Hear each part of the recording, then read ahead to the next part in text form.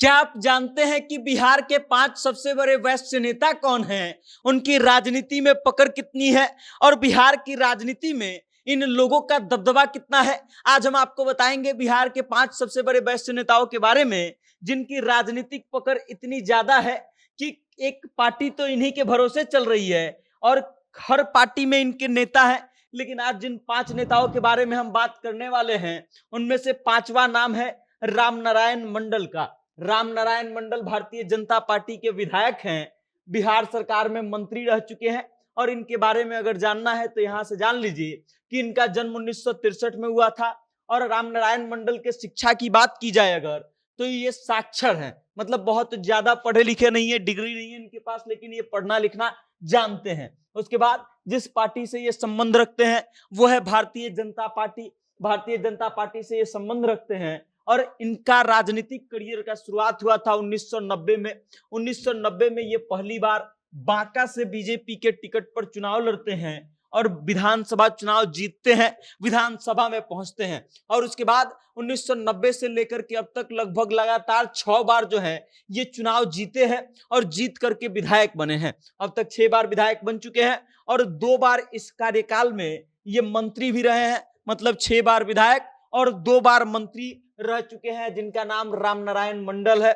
उसके बाद ये बिहार में बनिया नेताओं के सबसे बड़े चेहरों में से एक हैं और भारतीय जनता पार्टी जो है रामनारायण मंडल पर खूब विश्वास करती है और शायद इसी कारण से इनको कई बार मंत्रिमंडल में भी शामिल किया जा चुका है। उसके बाद इस सूची में जो अगला नाम है वो है संजय जायसवाल का। वो संजय जायसवाल जो कभी भारतीय जनता पार्टी के प्रदेश अध्यक्ष हुआ करते थे और अभी लोकसभा में भारतीय जनता पार्टी के मुख्य सचेतक हैं। इनके बारे में अगर बात की जाए तो इनका जन्म 1965 में होता है और शिक्षा की बात की जाए तो ये एमबीबीएस किए हुए हैं, डॉक्टर हैं और उसके बाद अपनी पेशा को छोड़कर के राजनीति में आए हैं और अब भारतीय जनता पार्टी से ये संबंध रखते हैं। इनके राजनीतिक करियर की शुरुआत जो है वो 2009 में होती है। 2009 में पहली बार पश्चिम चंपारण से लोकसभा चुनाव लड़ते हैं और जीतते भी हैं। उसके बाद 2014 में, फिर 2019 में और 2024 में लगातार 4 बार अब तक चुनाव जीत चुके हैं और सांसद बन चुके हैं। अभी तक सांसद है 2009 से लेकर के। उसके बाद भारतीय जनता पार्टी के प्रदेश अध्यक्ष के पद पर ये रह चुके हैं और विशेष रूप से ये अभी जो है लोकसभा में भारतीय जनता पार्टी के मुख्य सचेतक हैं।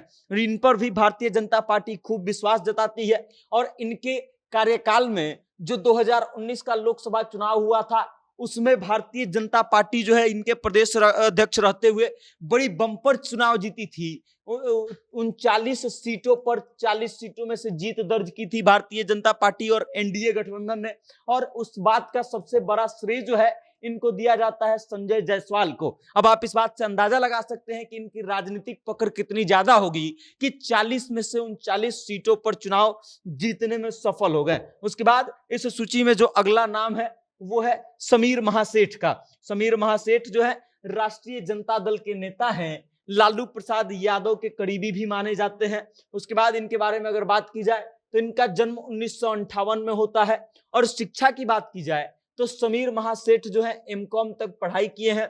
पार्टी जिससे ये संबंध रखते हैं वो है लालू प्रसाद यादव की पार्टी राष्ट्रीय जनता दल, उससे ये संबंध रखते हैं। और इनके राजनीतिक करियर की अगर बात की जाए समीर महासेठ की तो 2003 से लेकर के 2009 तक ये विधान परिषद के सदस्य रहते हैं और उसके बाद फिर इनका पदार्पण होता है विधानसभा चुनाव में और फिर ये 2015 में पहली बार विधानसभा चुनाव लड़ते हैं मधुबनी से।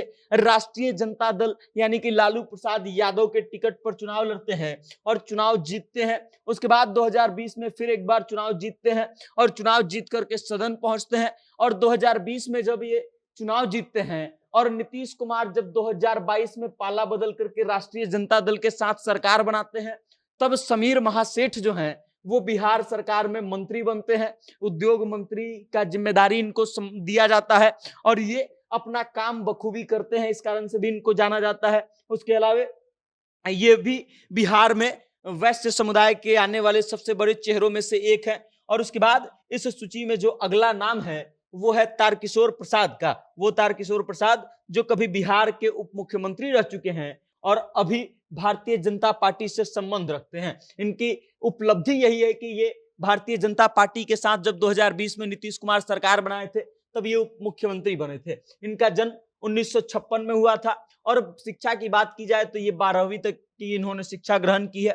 और पार्टी जिससे संबंध रखते हैं वो है भारतीय जनता पार्टी। आरएसएस से भी ये जुड़े हुए हैं और शुरू से भारतीय जनता पार्टी के साथ ही रहे हैं। 2005 में इनके राजनीतिक करियर की शुरुआत होती है। 2005 में पहली बार भारतीय जनता पार्टी के टिकट पर ये चुनाव लड़ते हैं और कहां से लड़ते हैं तो कटिहार से विधायक बनते हैं। 2005 में पहली बार विधायक बनते हैं और उसके बाद लगातार चुनाव जीतते हैं। 2010 में, 2015 में भी चुनाव जीतते हैं और फिर 2020 में भी चुनाव जीतते हैं। और 2020 का विधानसभा चुनाव जीतने के बाद तारकिशोर प्रसाद जो है वो नीतीश कुमार की सरकार में उप मुख्यमंत्री बनते हैं और इनके साथ जो है रेणु देवी भी उप मुख्यमंत्री बनती है। सुशील कुमार मोदी को जब साइडलाइन किया गया था तब इन्हीं से रिप्लेस किया गया था सुशील कुमार मोदी को।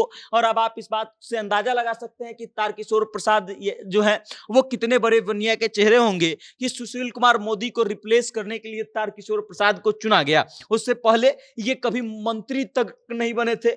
और 2022 में जब नीतीश कुमार ने वापस से अपना पाला बदला, राजद के साथ चले गए, तब इनका कद जो है वो अचानक से कम हो गया और ये सरकार से बाहर चले गए। नीतीश कुमार के उप मुख्यमंत्री हुआ करते थे।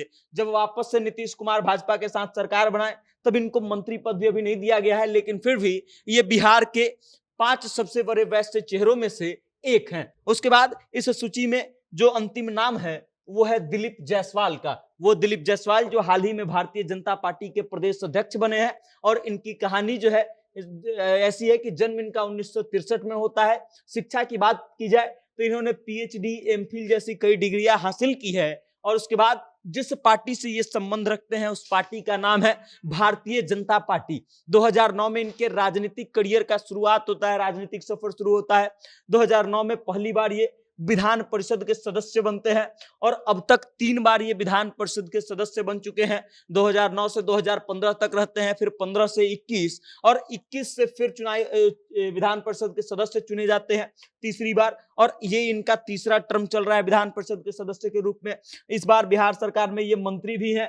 भूमि एवं राजस्व सुधार विभाग जो है इन्हीं के अंदर है और इन्हीं के अंदर बिहार का जो लैंड सर्वे हो रहा है वो हो रहा है। अब आप इस बात से अंदाजा लगा सकते हैं कि नीतीश कुमार के अभी पसंदीदा मंत्रियों में से एक हैं ये। उसके बाद भारतीय जनता पार्टी ने इन पर हाल ही में बहुत ज्यादा भरोसा जताया है। सम्राट चौधरी के बाद इनको जो है बिहार का कमान सौंप दिया है। बिहार के प्रदेश अध्यक्ष बन गए हैं दिलीप जायसवाल। अब आप इन 5 नामों के बारे में क्या सोचते हैं और आपको क्या लगता है कि इन 5 के अलावे बिहार के और कौन से ऐसे चेहरे हैं बनिया समुदाय से आने वाले जो यहां पर हो सकते थे? अपनी राय कमेंट करके हम तक भेज दीजिएगा और देखते रहिएगा जनता जंक्शन। बहुत बहुत धन्यवाद।